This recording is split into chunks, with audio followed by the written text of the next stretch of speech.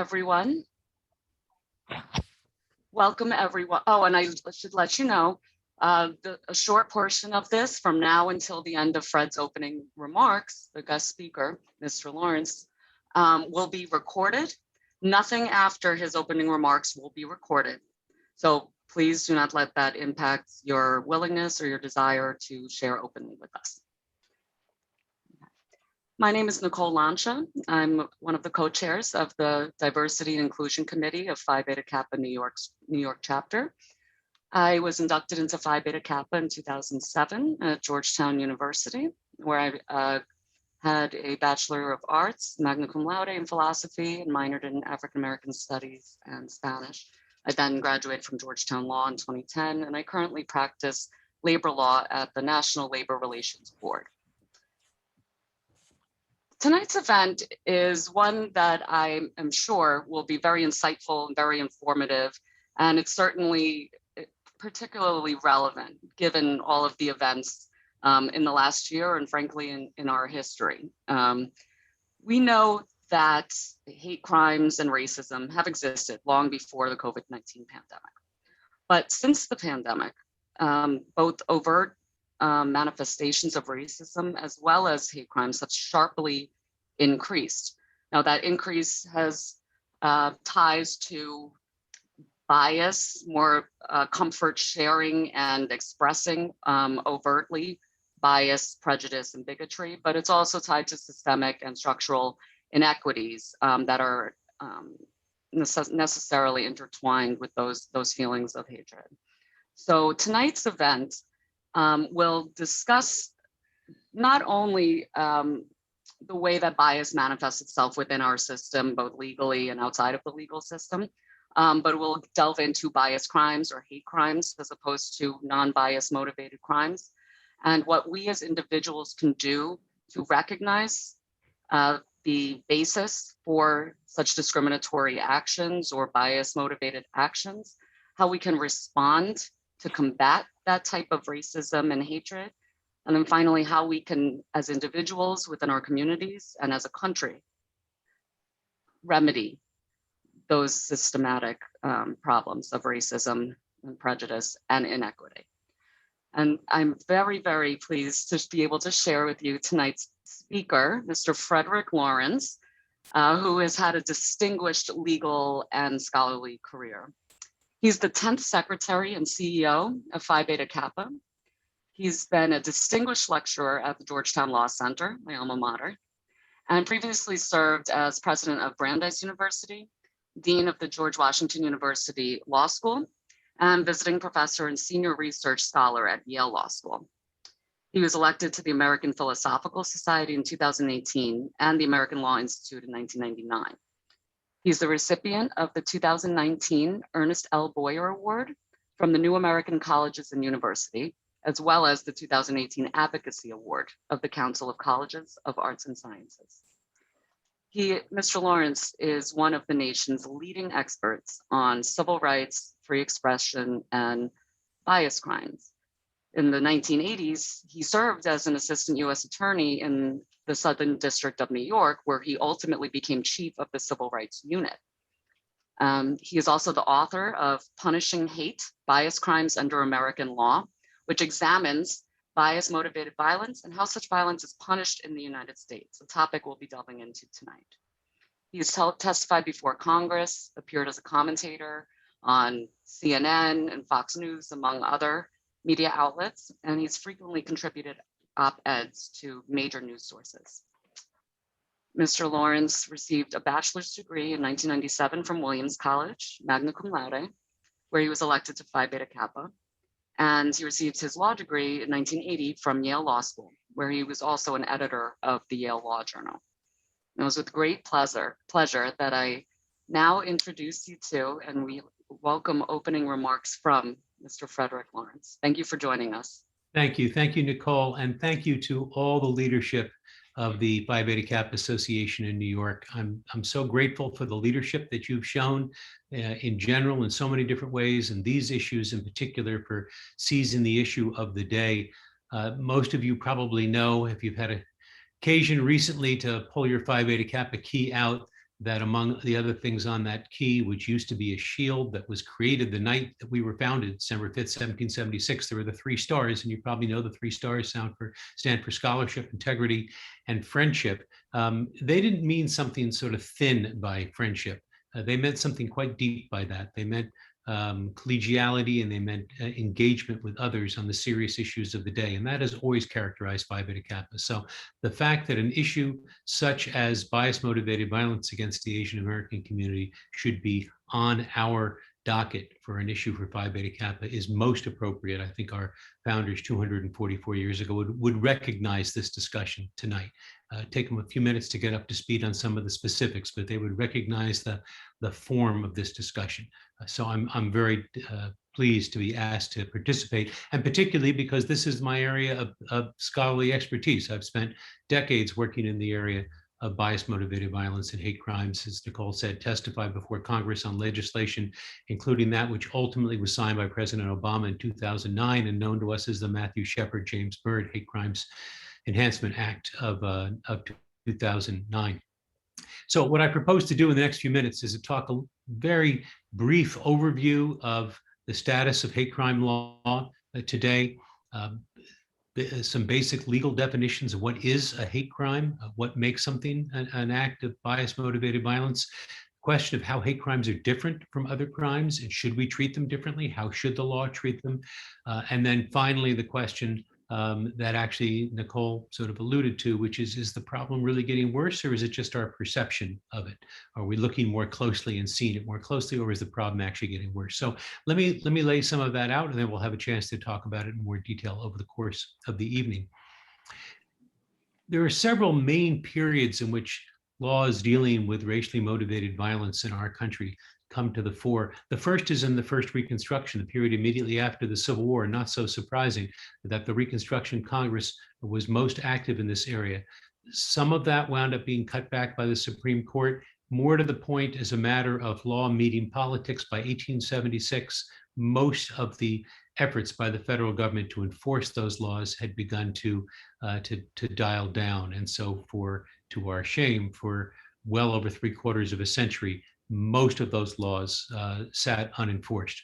You move to the period we call the Second Reconstruction in the 1960s, with this explosion of energy in the civil rights area, somewhat in the states, but especially in the federal government. And you have increased awareness of and increased legislation creating jurisdiction for the Department of Justice to be involved in the area of racially motivated violence.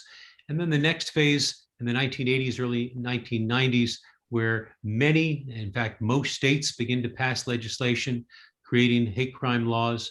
Most of those laws deal with race, creed, color, religion, national origin, some with gender. Only a very few at that point talk about sexual orientation.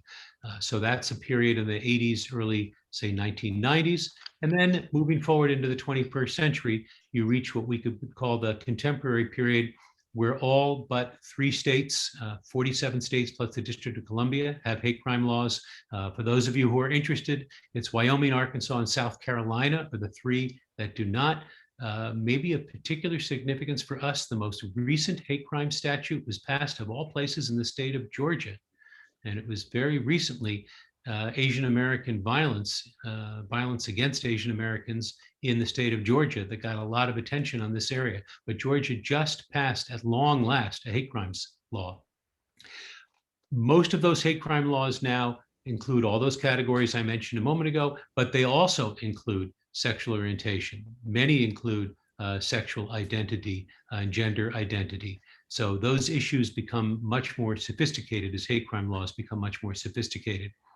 And then literally up to today, some of you may have seen this afternoon, the United States Senate passed a bill by a vote of 94-1 that will, Josh Hawley is the negative vote for those who like to keep track of when I say 94-1, people who say, who's the one? It's Josh Hawley from Missouri, who I feel obliged to tell you is a member of Phi Beta Kappa. So we have our challenges on many scores, I have to say. This bill, which was drafted, sponsored by Senator Mazie Hirono of Hawaii, will provide additional funding for hate crimes enforcement with respect to Asian Americans. It directs the Department of Justice to put a point person on looking at bias-motivated violence that is coming in the aftermath of COVID-19, and it is particularly designed to look at racism and discrimination coming in the aftermath of COVID-19. Part of it calls for the Department of Justice to give guidance on the use of discriminatory language with respect to COVID-19. You can quickly see the political inflection of that legislation. The former president's name is nowhere mentioned in the legislation, but his shadow is all over it.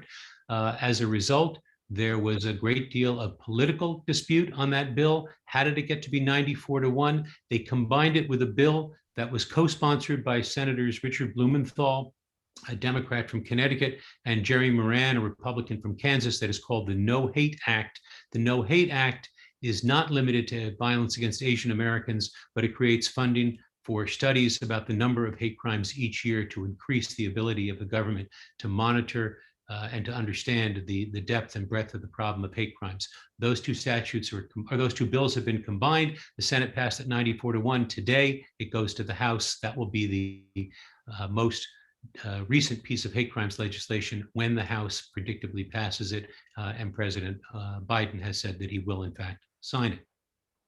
Let's talk a little bit about what makes a crime a hate crime or a bias crime. I, like many, prefer the term bias crime because it's not really hate per se. It's not just a hateful act. A bias crime is a criminal manifestation of bigotry, of prejudice. It's not just an act of hatred between one person for another person or toward another person, but it is towards a group, a self-regarding group that is identified as a group in our society, and in most cases, groups that have been historically discriminated against. Once we think of crime that way, then we understand that we're talking about a crime that has a social context. So you could have someone who has a particular peccadillo about tall people or left-handed people.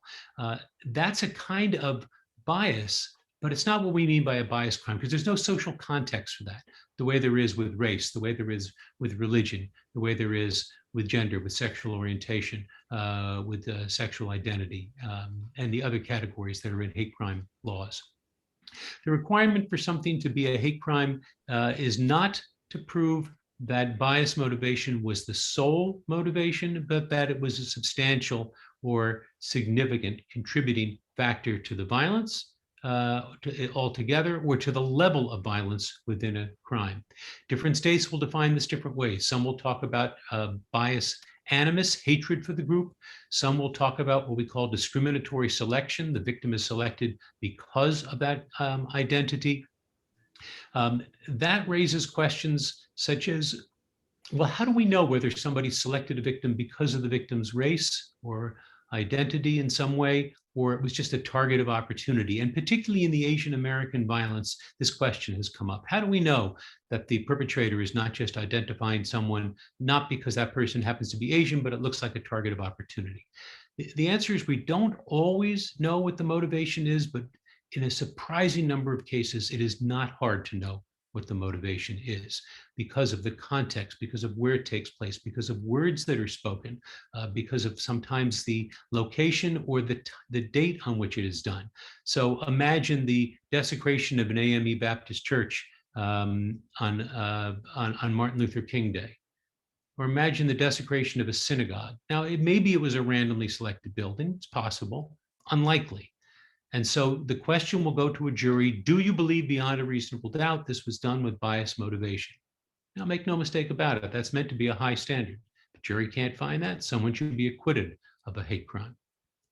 But we should not make this harder than it really is. In a surprising number of bias crime cases, bias motivation is not hard to prove. It is very clear what the bias criminal had in mind and was trying to communicate. What makes a bias crime different from other kinds of crimes? Some of this is intuitive, but I think it's worth setting out just briefly now. We can talk about it more if you're interested later on. There are three different ways in which hate crimes are different from other crimes in terms of their effect: the individual, the group, and the societal.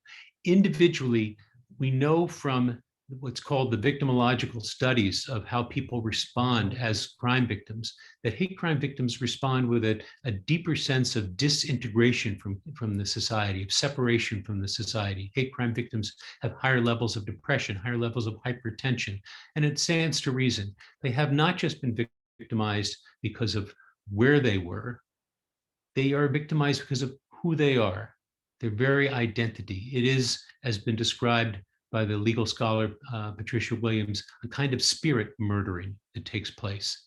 And if you listen to the descriptions of the violence against Asian Americans recently, you hear that it's not just a description of a mugging or an assault. It's a much deeper kind of attack on the essence of the individual. That's the individual level. Then there is the attack or the harm on the target community, where it's not just the individuals who are hurt, but the target community that doesn't just feel a sense of sympathy or empathy, but actually exhibits the same victimological patterns that an individual victim does. Now, we see this where you have Asian American communities across this country, some of them nowhere near where some of the violence has taken place, who feel themselves targeted and feel themselves victimized. And they are. And that is different from other kinds of crimes. And finally, the very fact that we're having this conversation tonight tells us that what makes bias crimes different is that they split society along what we could call social fissure lines, lines in which we divide in a particularly dangerous way. This is a multi-ethnic, multicultural society. That is the glory of the society. And when we tear along those lines, it's a particularly deep tear. And I think we feel we are living in a moment where there is much of that. Let me conclude with a couple of words about the dimension of the problem. And I'm now speaking specifically about violence against the Asian American community. Is it getting worse, or is it just our focus on it that makes it feel as if it's getting worse? There is very strong reason to believe that it is in fact getting worse. Now, two disclaimers here off the top. One is that federal data on hate crimes are lagging. We don't yet have the 2020 federal hate crimes data. So the most recent data we have for the federal numbers, 2019, does not capture any of this most recent period. Second, we know that there is underreporting of hate crimes. There is underreporting generally. There is particular underreporting within the Asian American community. So whatever numbers we have are undoubtedly low. The relative numbers year over year, that should still give us some sense of the dimension of the problem. So I don't give you these numbers for precision, but I do give them to you for a sense of the trajectory. An analysis done by the Center for the Study of Hate and Extremism at Cal State San Bernardino, which is one of the major centers for research on bias-motivated violence, bias-motivated crimes, found that anti-Asian hate crimes in 16 of America's largest cities increased 149% in 2020. There were triple digits, meaning more than 100%, triple digit increases in Philadelphia, in Cleveland, in San Jose, in Boston, in Los Angeles, and I regret to say in New York. There was a 50% increase in San Francisco.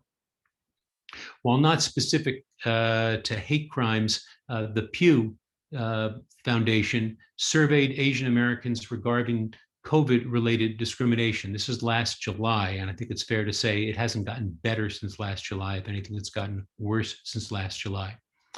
The survey found that about a third of Asian adults said they had been subject to slurs or jokes because of their race or ethnicity since the pandemic began, and nearly 40%, nearly 4 in 10, said that it was more common for people to express racist or racially insensitive views about people who were Asian than it was before the coronavirus outbreak. That last number is not a survey of Asian Americans, that's the American public. 40% of Americans felt that it is now more common to hear racist or racially insensitive remarks about Asians. This is a poison, and this is a poison that has to be identified as such and has to be described as such. That is why it is important that hate crimes not just be morphed into other criminal behavior, to be understood what they are. It's a way in which we validate the victim community for the unique harms that they feel, and it's a way in which we as a society hold up what it means to be a multi-ethnic society, to be a multicultural society. After all, our motto is out of many, one. And if we are to be able to make one out of many, it will require healing the rifts that we are now experiencing. Thank you, Mr. Lawrence. Very, very